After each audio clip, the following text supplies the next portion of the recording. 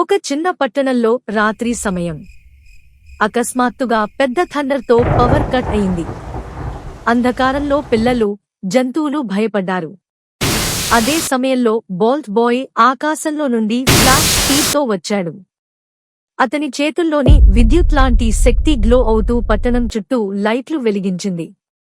కానీ దగ్గర్లో ఒక చిన్న ఇల్లు ఫైర్ స్పార్క్తో మండిపోతుంది. బోల్ట్ బాయ్ తన సూపర్ ఎనర్జీతో వర్షం సృష్టించి మంట ఆర్పేశాడు. పిల్లలు కేరింతలు కొట్టారు, పక్షులు పాటలు పాడాయి.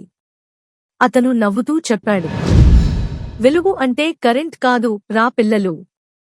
మన మనసులోని మంచి థాట్ అదే వెలుగు.